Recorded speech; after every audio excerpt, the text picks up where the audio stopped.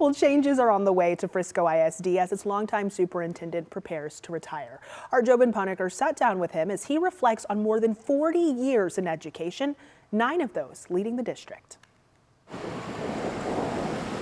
One of the largest school districts in Texas is losing its superintendent. You know, a lot of my colleagues that have done it told me you'll know when it's time.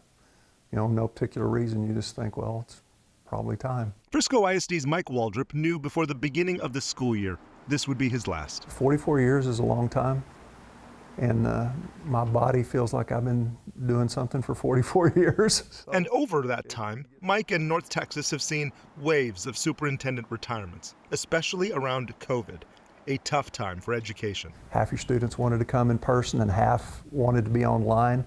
Those were challenging times. It would remain challenging as the school landscape changes with Texas adopting vouchers. I think that competitive market is going to completely change, you know, the face of public education.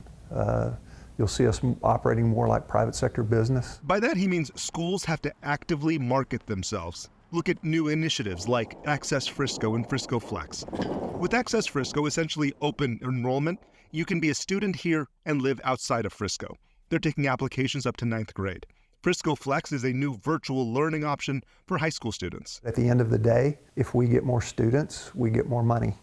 And if we lose students, we lose money. For decades, this was the country's fastest growing school district. 3 years ago, it saw a flattening.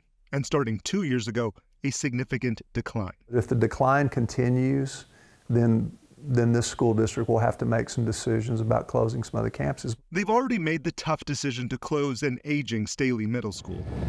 But no event had more headlines than the stabbing death of one student and the arrest of another at a track meet. If you were to ask any superintendent in the state, that's probably their worst nightmare. Carmelo Anthony is accused in the murder of Austin Metcalf. This is the first time we're hearing from Mike on the subject. He's limited because of litigation and investigations. Does an event like that weigh on you going into retirement too? It will weigh on me for the rest of my life. It just will. It started in Victoria, Texas, teaching biology and freshman athletics in 1982. Fast forward 44 years, public education is vastly different. Mike will agree he's changed too. In Frisco, I'm Jobin Punecker.